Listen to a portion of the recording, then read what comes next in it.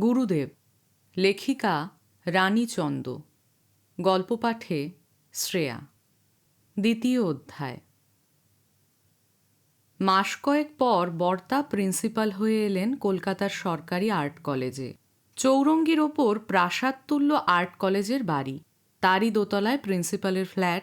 সেও বিরাট ব্যাপার। দুপাশে বড় বড় ঘর, মাঝখানে করিডোর, পূব দিকে খোলা বারান্দা, নিচে বাগান, পুকুর, আলো ছায়া ঝলমল করে জলে দিনে রাতে সমানে। পুকুরের কথা শুনে গুরুদেবের খুব ভালো লাগলো। জল দেখতে গুরুদেব বড় ভালোবাসেন। গুরুদেব এলেন চৌরঙ্গিতে সেই ফ্ল্যাটে কিছুদিন থাকবেন বলে। তখন সেখানে দিদি, আমি, ছোট ভাই আর বড়দা আছি। খোলা বারান্দার পাশের ঘরই বসবার ঘর। গুরুদেব খোলা আকাশ, পুকুরের জল দেখে খুব খুশি। কেবল ঘুমোবার সময়টুকু ছাড়া বাকি সব সময় ওই ঘর আর বারান্দাতেই কাটান। আমরা দু বোন ছায়ার মতো সঙ্গে সঙ্গে থাকি। পিতৃ স্নেহবঞ্চিত প্রাণ এতখানি স্নেহ মমতা পায়নি কখনো জীবনে। গুরুদেবের কাজ ছাড়া হতে পারতাম না মুহূর্তের জন্যেও। একটু যদি এ কাজে ও কাজে এ ঘর ও ঘর করেছি, ঘুরঘুর করে আবার এসে তার পিঠের কাছে দাঁড়িয়েছি, কি পাশ ঘেঁষে মাটিতে চুপটি করে বসে থেকেছি। গুরুদেব লিখতেন, ছবি আঁকতেন, তারই সাথে সস্নেহে এই স্নেহকাঙাল মনকে কাছে টেনে নিয়ে রাখতেন। ঘণ্টার পর ঘণ্টা ওইভাবে কেটে যেত। সেই তখন তিনি রেখায় রেখা মিলিয়ে ছবি আঁকতে শুরু করেছিলেন। এক মনে দেখতাম তা। রেখা টানতে টানতে যেই একটা গড়নে এসে যেত, উল্লাসে হেসে উঠতাম। গুরুদেবও সেই হাসিতে খুশি হয়ে উঠতেন। সেই যেন এক খেলা ছিল আমাদের। সে খেলা চলেছিল শেষ পর্যন্ত। এরপর তার শেষ জীবনের কটা বছর তো তার কাছেই কাটিয়েছি। গুরুদেবের বেশিরভাগ ছবি আমার চোখের সামনে আঁকা। আজও বলতে পারি কখন কোন ছবি কোথায় বসে এঁকেছেন, আঁকতে বসে কি বলেছেন, কোন মুডে এঁকেছেন। তার ছবির কথা পরে বলবো। তবে এইখানে এই চৌরঙ্গি হতে তার ছবি আঁকার খেলার একটা অংশে গুরুদেব আমাকে টেনে নিয়েছিলেন, টেনে রেখে দিয়েছিলেন। আজ সময়ের পটভূমিতে তা নিয়ে আর একখানি ছবি ফুটে ওঠে চোখের সামনে। গুরুদেবের জন্য রান্নার আলাদা লোক ছিল। সেই রান্না করত গুরুদেবের রুচি অনুযায়ী। তবু দিদি আমিও রান্না করে দিতাম রোজ কিছু না কিছু, নয়তো কেমন মন মানত না। পূর্ববঙ্গের মেয়ে, গুরুদেব আদর করে বলতেন পদ্মাপাড়ের মেয়ে। ঝাল ছাড়া কি করে রান্না করা যায় বুঝতেই পারতাম না। অথচ গুরুদেব ঝাল খেতে পারতেন না। গুরুদেব বলতেন, ডালে আবার লঙ্কা কেন? লঙ্কা বিনেই ডাল রান্না করো না? মহা সমস্যা। লঙ্কা বিনা ডাল ফোড়ন কি করে হতে পারে? দু বোনে পরামর্শ করি। ডালে লঙ্কা ফোড়ন দিয়েই ভাজা লঙ্কা তুলে ফেলব। তাহলে তিনি আর বুঝতে পারবেন না। ছেলে মানুষই বুদ্ধি।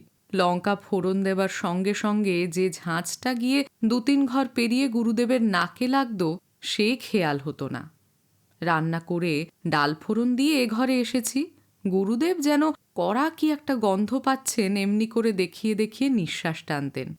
টেনেই আর চোখে চাইতেন। বুঝতে বিলম্ব হতো না যে ভাজা লঙ্কার তীব্র গন্ধটারই ইঙ্গিত করছেন। ভঙ্গি দেখে হেসে মুখে আঁচল চাপা দিয়ে ঘর থেকে পালাতাম। কখনো কখনো অবসর সময়ে গুরুদেব বসতেন আমাদের নিয়ে ইংরাজি পড়াতে। মনে আছে প্রথম দিন ক্রিসেন্ট মুন নিয়ে শিশুর সেই কবিতাটি। খোকা মাকে সুধায় ডেকে, এলেম আমি কোথা থেকে, কোনখানে তুই কুড়িয়ে পেলি আমারে? Where have I come from? Where did you pick me up? The baby asked its mother. এই একটি লাইন পড়ালেন কত রকম করে উল্টে পাল্টে, কত ভাবের মানে করে। তার পড়াবার পদ্ধতিই ছিল অপূর্ব। তখন কি সেসব বুঝতাম কিছু? একই লাইন নিয়ে এতক্ষণ লাগে পড়াতে। পরদিন সমস্ত ইংরাজি কবিতাটাই মুখস্থ করে রাখলাম আগে থেকে। গুরুদেব জিজ্ঞেস করতে না করতেই গড় গড় করে কথাগুলি বলে ফেলেছি। ভাবছি গুরুদেব না জানি কত খুশি হচ্ছেন। গুরুদেব বললেন, তাই তো, না পড়াতেই পড়া শিখে ফেললি, এত মাথা। বলতে বলতে তিনি হেসে ফেললেন। আমিও যেন সেদিন একটু লজ্জাই পেলাম, তবু হেসেছিলাম তার সঙ্গে। তখন বুঝিনি আজ বুঝি মানুষ মাত্রই খেলতে চায়। মাটি খেলা, ধুলো খেলা শিশু মনের এক আনন্দের খেলা। দিনে দিনে বড় হতে হতে তা থেকে মানুষ সরে যায়, কিন্তু আকাঙ্ক্ষাটুকু থেকে যায় ওই এক মুঠো ধুলোর জন্য। সময় পেলেই আপনাকে ভুলে এক ফাঁকে তা দিয়ে একটু খেলা খেলে নেয়। এই ফাঁকটুকু সবার জীবনেই চাই। বয়স হলেও বড় হইনি, শহরের ছাট লাগেনি তখনও গায়ে। চলনে বলনে গ্রামের গন্ধ। গুরুদেব বিশ্রামের অবকাশে আমায় কাছে নিয়ে বসে গান শোনাতেন। জয় যদু নন্দন জগত জীবন, ও তুমি ভবে আইসা করলা কি। বাঙালদের মতো বর্গীর জয়ের উচ্চারণ জয়ের মতো করে এক একটা লাইন গেয়ে ওঠেন, আর শুনে হেসে কুটোপুটি হই। সে কি হাসি! যত হাসি গুরুদেব ততই গাইতে থাকেন। ও তুমি ভবে আইসা করলা কি, জয় যদু নন্দন। কখনো বা পদ্মা নদীর গল্প করতেন। আমারই বয়সী এক কন্যা প্রায় রোজই আসতো গুরুদেবের কাছে। একদিন গুরুদেব আমাকে বললেন, পদ্মাপাড়ের মেয়ে, বলতো তুই কখনো জল এনেছিস কলসি কাখে নিয়ে? বলি, কতবার গেছি মামিদের সঙ্গে কলসি কাখে নিয়ে নদীর ঘাটে। মামা বাড়িতে গরমের দিনে পুকুরের জল শুকিয়ে যেত। গায়ের বৌঝিরা দল বেঁধে যেতেন নদীতে খাবার জল আনতে। দিদিমা আমাদের দু বোনকেও দিয়েছিলেন দুটি ছোট ছোট পিতলের কলসি কিনে। গুরুদেব বললেন, আর এই দেখ, এই শহুরে মেয়ে বিশ্বাস করে না সে কথা। বলে কলসি কাখে জল আনা ও নাকি কবিত্ব করে বলা, বাস্তব নয়। গুরুদেব বলেন শিলাইদহর গল্প।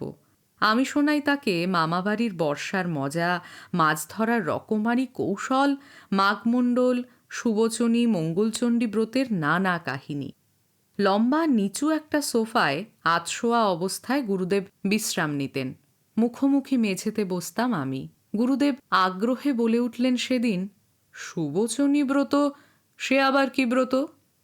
বলি, হ্যাঁ হয়তো, পুকুর পাড়ে শান বাঁধানো ঘাটের ওপরে হয়। তেল সিঁদুর মাখিয়ে সুবচনী আঁকে, ব্রত কথা বলে। পাড়ার বউ, ঝিরা, গিন্নি বান্নিরা আসে। ঘাটে উলুধ্বনি পড়লেই বোঝা যায় কেউ হয়তো কোনো সুখবর পেয়েছে, কি কিছু একটা মঙ্গল ঘটেছে। তাই ঘাটে সুবচনী ব্রত করতে এসেছে। সবাই ছুটে আসে যোগ দিতে। পান, সুপারি, বাতাসা আর এক বাটি তেল, খানিকটা সিঁদুর এই লাগে। ব্রতের শেষে সকলের মাথায় সেই তেল ছোঁয়ানো হয়, সধবাদের কপালে সিঁদুর পরায়, আর প্রসাদী পান, সুপারি, বাতাসা সবার হাতে হাতে দিয়ে দেয়। গুরুদেব জিজ্ঞেস করেন, আর মঙ্গলচণ্ডী? সে হয় অঘ্রাণ মাসে, পুরো মাসই এই ব্রত করতে হয়। বলেন, তা কি কি লাগে এই ব্রতে?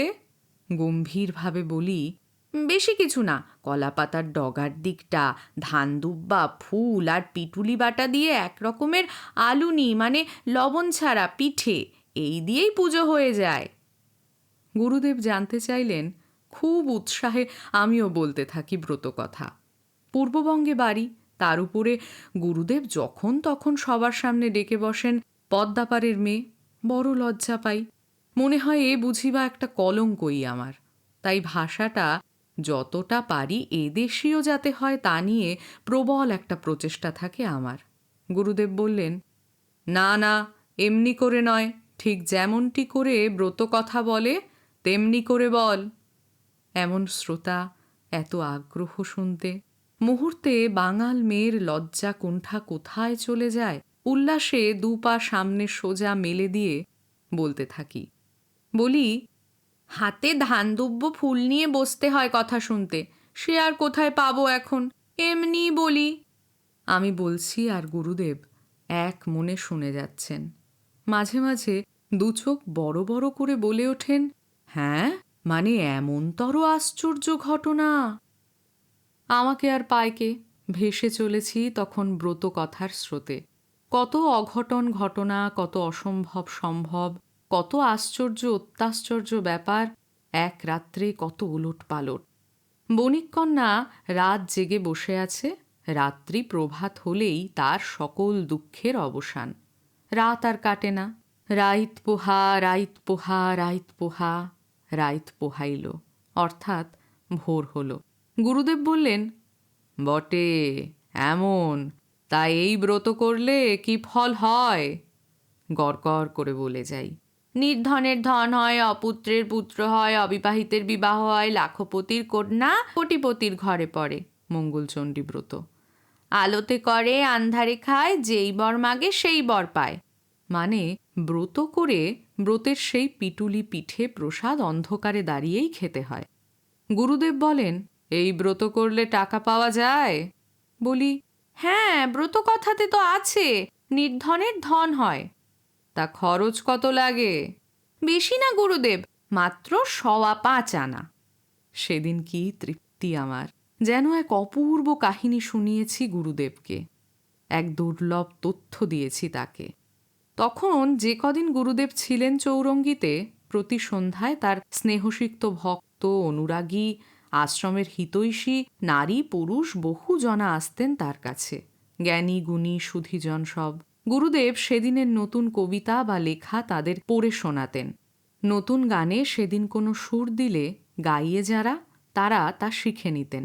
আলাপ আলোচনা হতো কত রকমের তাদের সঙ্গে। কেবল তার আঁকা ছবি তিনি সবাইকে দেখাতেন না, সত্যিকারের শিল্পরসিক ছাড়া। সেদিন সন্ধেবেলাও ভিড় হয়েছে সে ঘরে।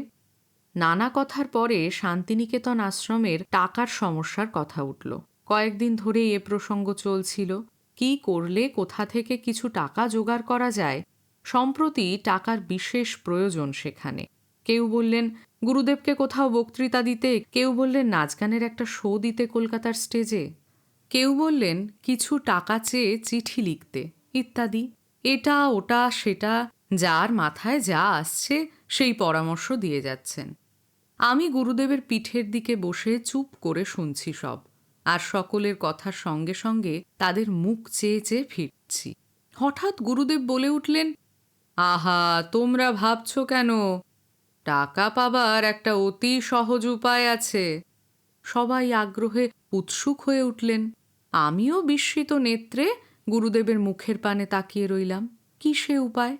গুরুদেব আর চোখে যে পাশে আমি বসেছিলাম সেদিকে একবার তাকিয়েই তাদের দিকে ফিরে বললেন, মাত্র ৫.৫ আনা খরচ। বলতেই আমি লজ্জায় গুটিয়ে গেলাম। যে কথা খালি ঘরে একান্তে তাকে বলা, সে কি এমন করে সবাইকে জানতে দিতে হয়? গুরুদেব তাদের বললেন, দেখো, ওসব কিছু নয়, মঙ্গলচণ্ডী ব্রত করো, যত টাকা চাও পেয়ে যাবে। সবাই কৌতুক বুঝতে পেরে হেসে উঠলেন। আমি যে কি করব, কোথায় লুকোবো দিশে পাই না। মনে হলো বাঙাল মেয়ের এ যেন এক মহা কলঙ্ক রটল। লজ্জা লজ্জা, এত লজ্জা যে মাটিতে যেন মিশে যাই। সেই ৫.৫ আনার ব্যাপার নিয়ে গুরুদেব আমাকে কতবার এমনতর লজ্জায় ফেলেছেন। তখন কেন, অনেক দিন অবধি আমার এই ধারণায় ছিল যে এসব ব্রতকথার মধ্যে যে বাঙালপনা আছে তা একেবারে অচল হাসির ব্যাপার। গুরুদেবও জানতেন আমার লজ্জাটা কোথায় আর কতটা গভীরে, তাই তিনি এ কৌতুকে মজা পেতেন। নতুন কেউ এলেই, টাকা পয়সার কথা উঠলেই আমার বুক দূর দূর করতে থাকতো। এই বুঝিবা আবার সেই কথা ওঠে, আর হতোও তাই। ঠিক গুরুদেব বলে বসতেন, মাত্র ৫.৫ আনা। আর আমিও ধরনী দ্বিধা হও বলে লুকোবার আশ্রয় খুঁজতাম। বহু বছর পর্যন্ত গুরুদেব এ নিয়ে কৌতুক করেছেন। কেন যে এত লজ্জা পেতাম তাই ভাবি আজ। কিন্তু পেতাম, মনে হতো যে গুরুদেবকে ব্রত কথা বলে মহা এক অপরাধ করেছি। মনে হতো এমন কি কিছু হতে পারে না যাতে করে গুরুদেব এই কথা বেমালুম ভুলে যান। আর গুরুদেবও যেন কেমন ভিড়ে ভারেই আবার বলে বসবেন এ কথা। কলাভবনের ছাত্রী তখন আমি। গুরুদেব সে সময়ে প্রায়ই আশ্রমে হঠাৎ চলে আসতেন। কলাভবনে প্রায়ই আসতেন।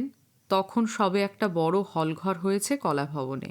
তখনকার কালে ওই ঘরটি ছিল সবচেয়ে বড়। গুরুদেব চলে এলেন একদিন সেখানে। গুরুদেবকে আসতে দেখে অন্যরা, ছাত্র ছাত্রী শিক্ষক যে যেখানে ছিল, সব বিভাগের সবাই এসে জড়ো হলো হলঘরে। সেসব দিনে ক্লাসের ঘণ্টা সময় নিয়ে অত কড়াকড়ি ছিল না, নিয়মের বাঁধন ছিল না। গুরুদেব কোনোদিনও ছবি, কোনোদিনও সাহিত্য, কোনোদিনও বা এ জগতের জীব জীবন নিয়ে গভীর হতে গভীরতর কথা বলে শোনাতেন। সেদিনও তেমনি অনেকক্ষণ ধরে বললেন। সবাই মগ্ন, স্তব্ধ। কথা শেষে নন্দদার সঙ্গে কলাভবনের সুবিধে অসুবিধে নিয়ে কথা উঠল। আশ্রমের সর্বত্রই তো সেই এক সমস্যা, টাকার অভাব। নন্দদা জানান, মিউজিয়ামের ঘর বাড়াতে হবে, পুরাতন ছবিগুলি রাখতে গোটা 2 কাঠের বাক্স চাই, কলাভবনের ছেলেদের হোস্টেলের খড়ের চালটা এবারে পাল্টাতেই হবে, ইত্যাদি। গুরুদেবও ভেবে পান না কিভাবে এ টাকার ব্যবস্থা করা যায়। লোকের কাছে চেয়ে চিনতে ডোনেশন আর কতই বা আসে। গুরুদেবের কৌতুকপূর্ণ এক বিশেষ ভঙ্গি ছিল। হঠাৎ সেই ভঙ্গিতে তিনি এক পলক আমার দিকে তাকালেন, এমনভাবে তাকালেন যে সকলেরই দৃষ্টি আকর্ষণ করলেন সেই দিকে। পর মুহূর্তেই গম্ভীর মুখে বলে উঠলেন, তা নন্দলাল ভাবছ কেন এত? মাত্র তো 5.25 আনার মামলা। শুনে 2 হাঁটুর মধ্যে মাথা গুঁজে বসলাম। গুরুদেব হাসলেন, নন্দদা হাসলেন, ছেলেরা হেসে উঠল। মেয়েরা তো হাসতে হাসতে মেঝেতে লুটিয়েই পড়ল। এমনি হতো বারবার। ছাত্রজীবন পার হলো, বিয়ে হলো, সন্তানের মা হলাম। তখনও আমার 5.25 আনা নিয়ে গুরুদেব কৌতুক করেছেন, আর আমি সত্যি সত্যি লজ্জায় জড়সড় হয়েছি। চৌরঙ্গিতে সেবারে বোধহয় গুরুদেব 1 সপ্তাহ 3 ছিলেন। গুরুদেবের আশ্রমে ফিরে যাবার কথা উঠলেই 2 চোখ ছলছল করে উঠত। ভাবতে পারতাম না এই স্নেহ ছাড়া হয়ে কি করে থাকব। মার কাছে শুনেছি, বাবার খুব ইচ্ছে ছিল আমাদেরকেও আশ্রমে রেখে পড়ান। বাড়ি করবেন বলে জমিও রেখেছিলেন কিনে সেখানে। হঠাৎ বাবা চলে গেলেন, সব কিছু উল্টে পাল্টে গেল। গুরুদেবের আশ্রমে ফিরে আসার দিন স্থির হয়ে গেল। চৌরঙ্গি হতে আসবার আগের দিন সন্ধে গুরুদেব দিদিকে আর আমাকে কাছে ডাকলেন। বললেন, অনেকগুলি বছর তোদের নষ্ট হয়ে গেছে, আর নষ্ট করে লাভ নেই, আমার সঙ্গেই চল তোরা কাল সকালে। পরদিন আনন্দে নাচতে নাচতে 2 বোন চলে এলাম গুরুদেবের সঙ্গে শান্তিনিকেতনে।